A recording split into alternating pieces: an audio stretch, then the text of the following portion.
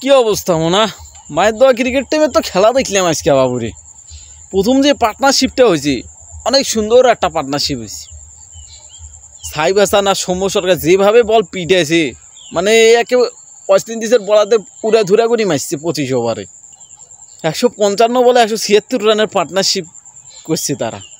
পরে পার্টনারশিপটা ভাঙি গেছে, আউট হয়ে গেছে আমাদের হলো সাইব হাসান। 72 বল খেলে 80 রান করছে, যথেষ্ট ভালো হয়েছে। সৌম্য সরকার 86 বল খেলে 91 রান করছে, সেঞ্চুরি করে পায় নাই। তার দরকার ছিল মায়ের। বাবু কি বাবু, তুমি তো 91 রান করে পাও আর 9টা রান করে পাও না, এত কিসের মারার লাগবে। তারপরে আর দুটো সান্ডা নামছে, নাজমুল হোসেন এক সান্ডা, তহিদ হৃদয় আর সান্ডা। এই দুটো যে বলগুলো নষ্ট করছে, খেলাটাই নষ্ট করছে। এই দুটো যে জায়গায় রান দেখায় 400 একবার হবে, আর একবার দেখায় 360 রান হবে, সে জায়গায় মাত্র বাংলাদেশ 296 রান করছে। লাস্টের 25 ওভারে 120 রান নিচ্ছে।